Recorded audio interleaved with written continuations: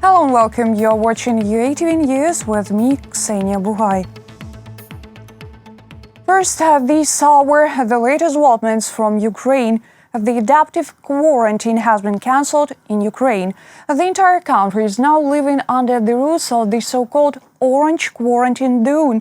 Besides, starting from November 14th, the weekend quarantine will start operating throughout the country. Our correspondent found out what it is and how it will work. Coronavirus is spreading extremely fast in Ukraine. The same situation is also observed in European countries. You can see how European countries deal with it. They switch to a full lockdown. The Ukrainian economy will not stand a full lockdown. Therefore, the government chose a different, softer scenario.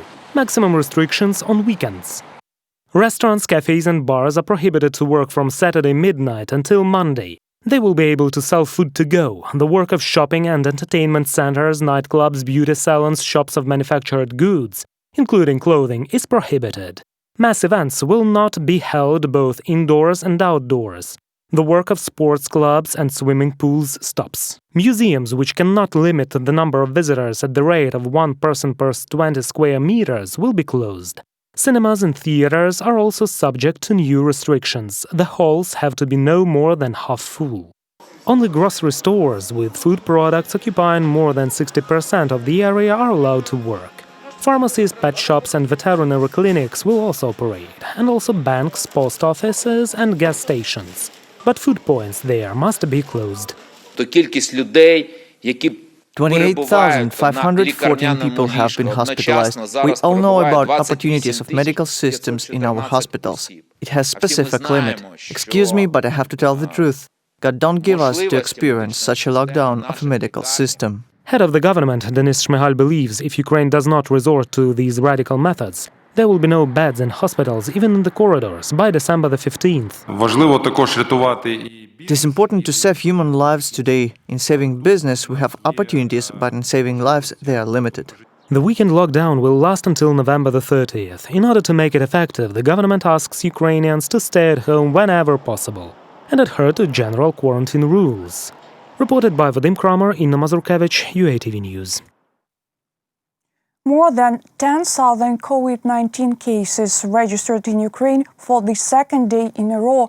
According to this indicator, Ukraine ranks 13th globally. Over the past day, 1,453 patients were hospitalized, 191 died, and 6,802 people recovered. The Minister of Health of Ukraine confirmed that elective surgeries and hospitalizations have indeed been partially suspended in the country, but stressed that there is a number of exceptions. We have suspended certain elective surgeries and hospitalizations. Exception is made only for medical assistance in case of complications during pregnancy or obstetric complications. Also, medical assistance is provided to women giving birth and newborns, as well as cancer patients. It also provides for provision of palliative care in stationary conditions, early treatment in medical establishments that ensure tertiary care under the conditions of compliance with appropriate sanitary and anti-epidemiological measures.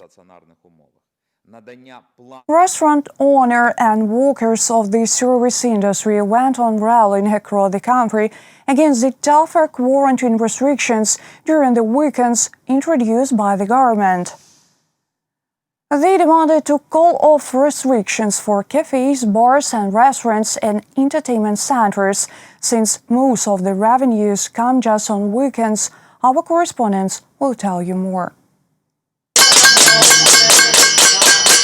Accompanied by the ping of the stock pots and spoons, entrepreneurs and restaurant owners went on rallying near the Ukrainian cabinet against quarantine restrictions during the weekends.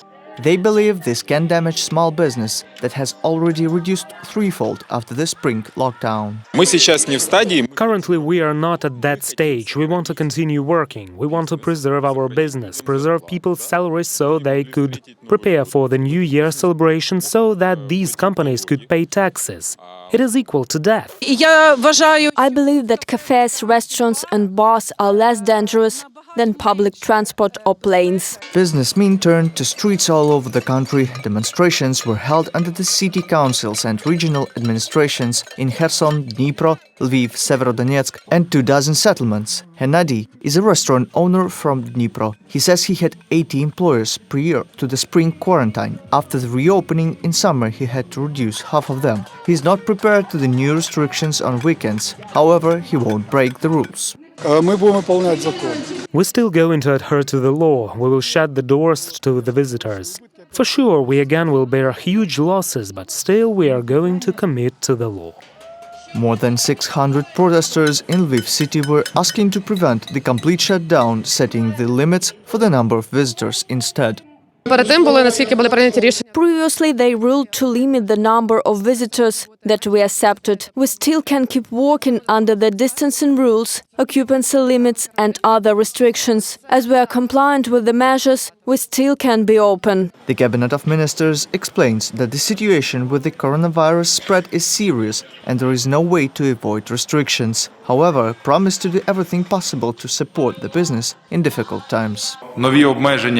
New restrictions are unpleasant and painful for many members of the business community engaged in restaurants, entertainment and culture. The government is ready to lend a shoulder to support our entrepreneurs during the stricter quarantine regime on weekends. Cabinet promises to expand compensation programs such as the partial repayment of a worker's salary in case the worker has no option to work, as well as the loan guarantees program that envisages covering of up to 80% of the loan by the government.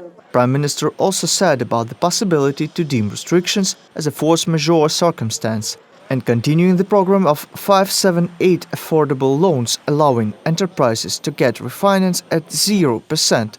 Reported by Nick Starkov, Valery Bakus for UATV News. Chairman of Ukrainian Parliament Dmytro Razumkov tested positive for COVID-19. Razumkov reported this on his Facebook page. He says he's in good mood and is ready to work remotely during the isolation. Earlier President of Ukraine Volodymyr Zelensky and head of his office Andriy Yermak reported coronavirus contraction as well.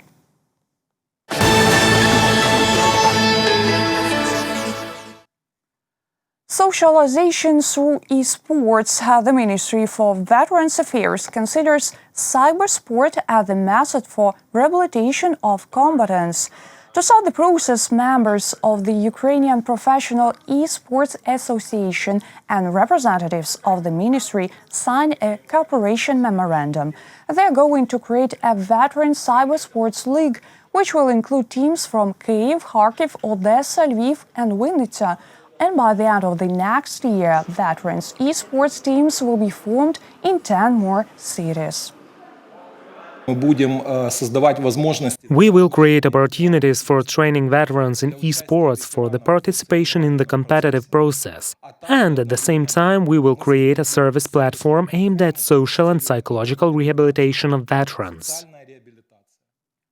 How one provides first aid to victims of road accidents, fires and other emergencies, even before the arrival of the rescuers. Volunteers from all over Ukraine learned this. The training was organized in Dnipro city. First, they listened to several courses, then used the obtained knowledge in practice. 3,000 people from all over Ukraine are learning to provide first aid on the basis of the Dnipro fire station. This situation is the following. A person lies under a car, his legs are clamped. We come to an accident place. Instructors demonstrate how to act in order not to harm the victim and not endanger oneself. Many students who have come to the training have already taken first aid courses, and therefore mistakes are noticed in the actions of professional rescuers. Her legs were crushed. This equipment works like a turnstile, right? When you raised her and it could kill her, you did not apply the turnstile. Volunteers practice several situations at once. They must save people from the fire or get victims out of it. Women and men have equal conditions. It was quite difficult physically. Passages are very narrow. It is necessary to crawl some sides, some 10 meters. Just crawled on stomach. There was an obstacle, we overcame it. Above the fire, under the fire.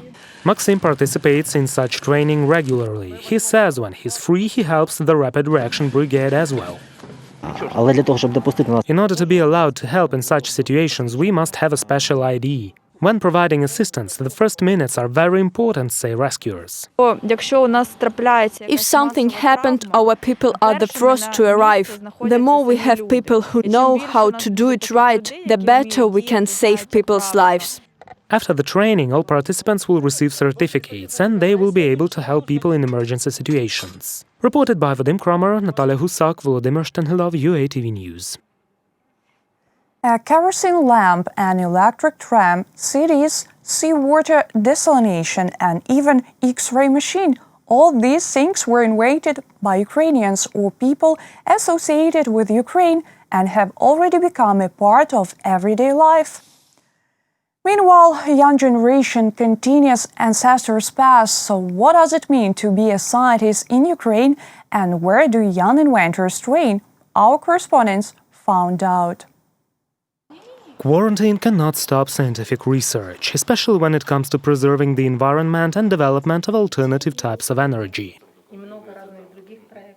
Liza Stolarchuk studies at Kyiv Polytechnic Institute. She figured out how to recycle waste using solar energy. She also knows how to extend the operating time of wind farms. The girl has received a silver award for this project. Ми пропонуємо зробити так, щоб він працював у дві фази. We suggest to make it work in two phases. The first phase is the use of a conventional horizontal rotor on the axis in the middle of the cone. When the wind speed gets increases, the rotor goes deeper and deeper into the middle of the cone. Due to this part of the wind, flow is reflected from the walls of the cone and the less load goes on the blades themselves. That is, we can remove the overload, the blades will not break and will work more efficiently. And on the second phase, the wind flow reaches the end and moves the second source of energy, the Sagner wheel. Liza believes in the development of science in Ukraine. It is here that she sees her future, although she understands that financing of the industry is insufficient. Sofia is a future medic. She jokes, where else would one celebrate the World Science Day if not in the Museum of Science, which was opened a month ago. It was quite interesting for me to see how these materials are used in medicine, and I really discovered something new for myself. They say the museum is worth visiting, given children perceive the Museum of Science as a regular entertainment.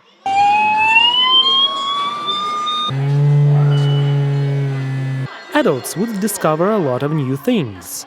Could you ride a bicycle with square wheels? How does lightning start in a Tesla coil? And what would happen if you throw a bowling ball into the glass?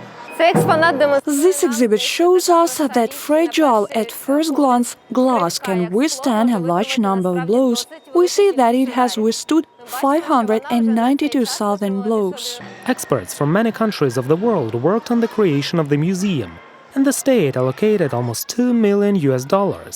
The key idea of the project is to attract talented young people to science.